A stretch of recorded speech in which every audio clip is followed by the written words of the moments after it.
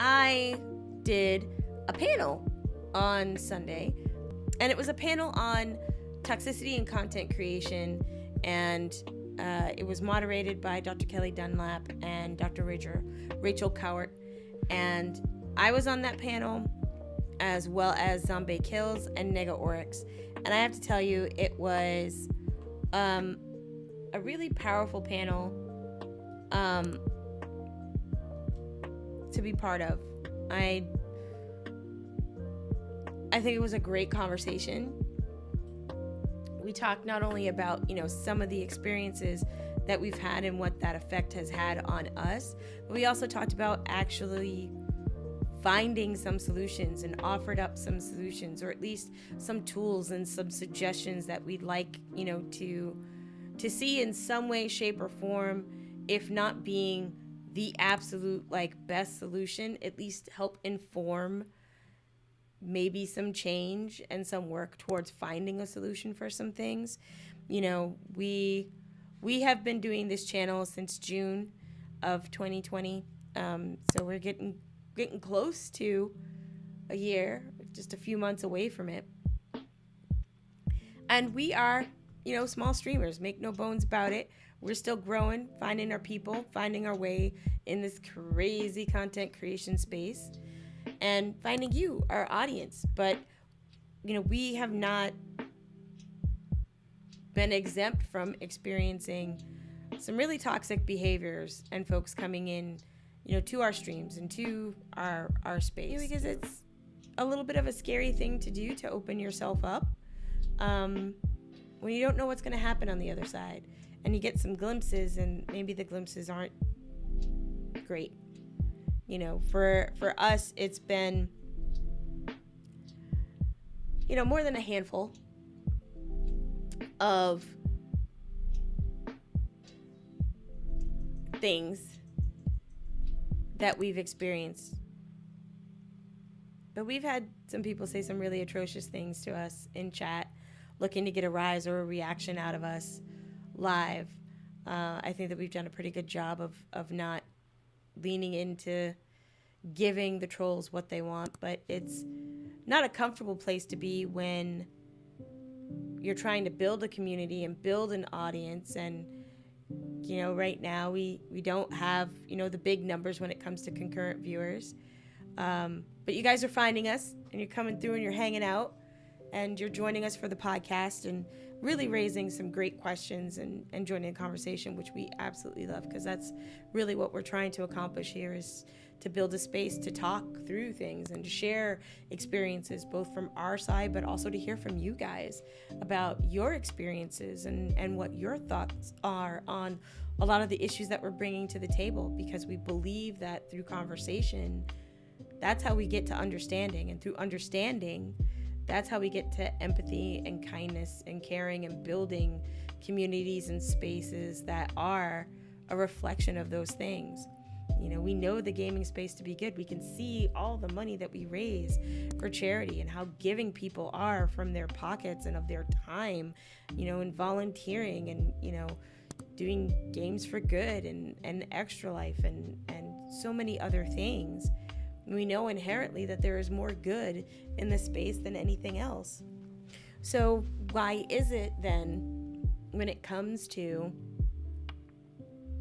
being in this content creation space, in this interactive, I'm inviting you in to hang and share and maybe get to know me and the games that I enjoy, or the hobbies that I enjoy, whether it's music or any kind of other artistic creation or expression, why is it that these platforms that allow us to do this and connect in these new and amazing ways, why are they filled so much with toxicity towards all groups that are other? But why is it that in these spaces, on these platforms that allow us to connect across the globe with others who are as passionate about the games and the music and the movies or the entertainment that we are, why are they also, and I would say to a much larger degree, filled with so much negativity? And why is it allowed by the platform stakeholders to be okay and to be pervasive on the platforms? You know, and I highly encourage you guys to check out the VOD, which is up right now. So twitch.tv/takethisorg. The panel is called Toxicity and Content Creation. I really encourage you to take some time to watch it.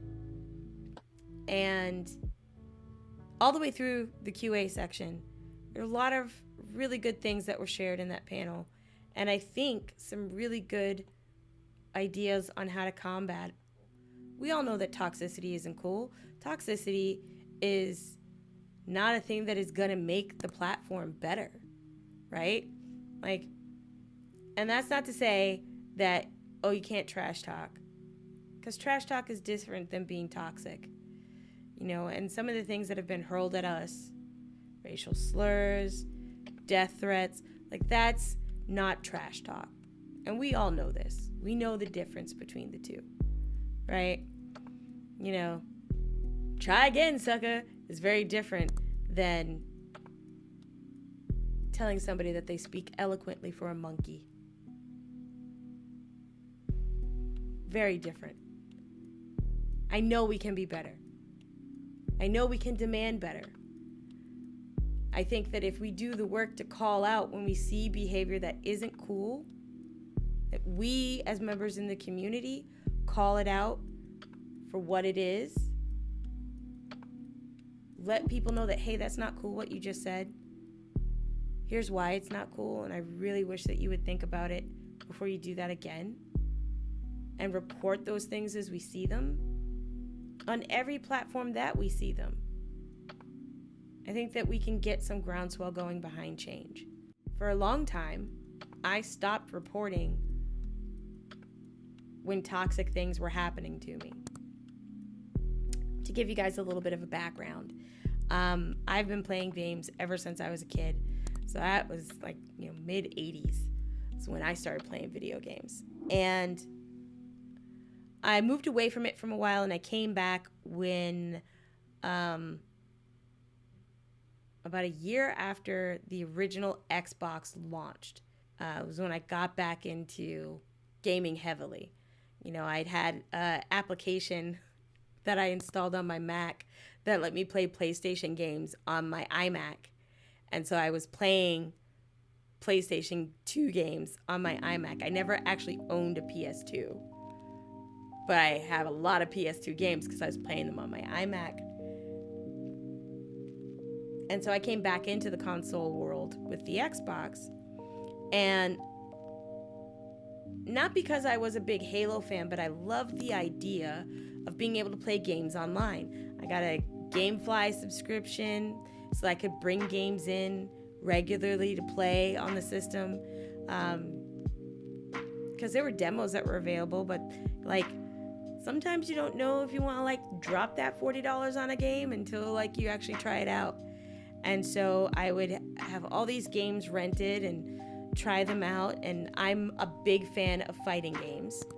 And so I rented a lot of fighting games. DOA, Dead or Alive, was one of my core games that I absolutely loved. I spent hours, I mean hundreds and hundreds of hours in DOA on my Xbox. And I made some really cool friends because, you know, it was just me and my husband's not a gamer, so I didn't have anybody, you know, to play against. And after a while, it gets tiring playing against the computer. So online gaming was like the way that I was going to be able to get back into fighters and, you know, play some people. And it was going to be dope.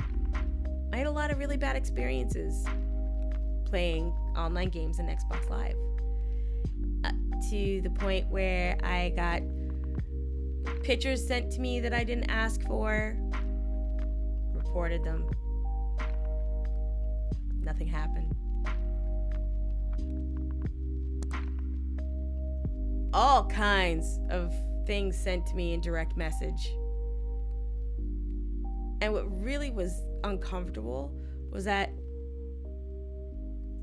most of the time, the people on the other side of those gamer tags would start off with a conversation that seemed innocent enough and let me drop my guard.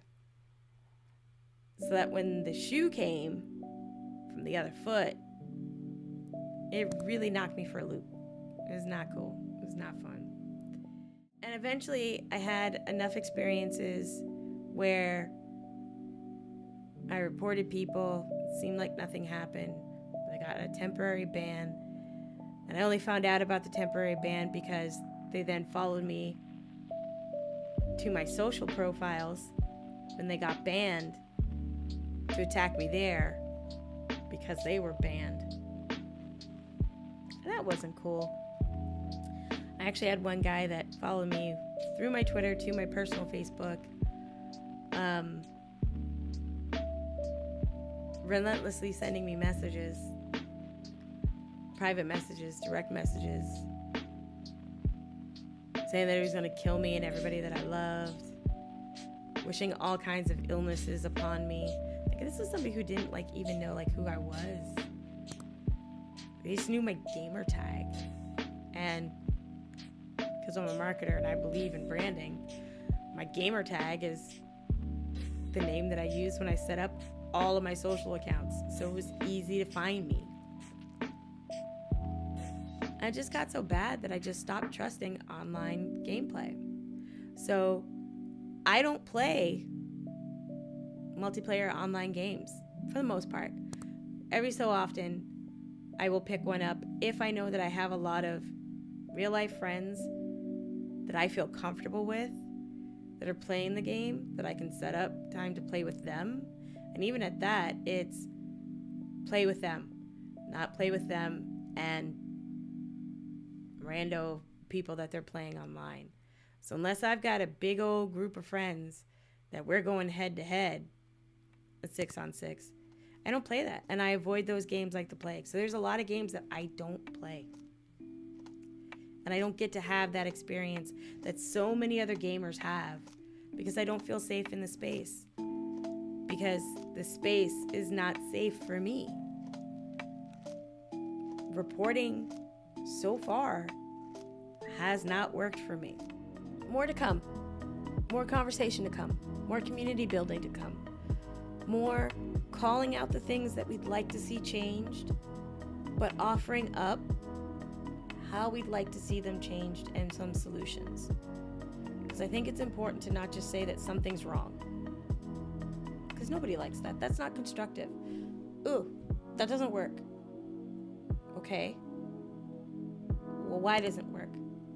How could it be better? We're going to come to the table with those things as best as we can. And we encourage you guys to do the same. If you see something that you enjoy that could be better, not just for you, but everybody else who enjoys that same thing, speak up. Because more companies are listening. More and more of them today are open to change. They want to be profitable. And when things get bad enough, where people like me stop buying games, stop buying the consoles, because frankly it's just not fun to do anymore, they're more terrified of that than anything else. And I think that's what a lot of the companies now have realized. The average age of gamers is much older. It's not about the folks that have the discretionary income. Now it's about the folks who will drop $400 on a collector's edition, especially if it has a vinyl soundtrack in it. Yeah, we bees that way. We do's that. So they listen to us a little bit more. So let's work to make things better for the kids coming up. That's what I'm trying to do. That's what I'm passionate about. That's what I want to have happen. And I know we can. You know, I do still hope one day that we make it to the front page of Twitch. I'm looking forward to growing this community for years and years to come. I really am. But now because of that panel, I also know that I need to mentally prepare myself. We're going to need a stream team. And I'm probably going to need a therapist to help me deal with it all after it happens.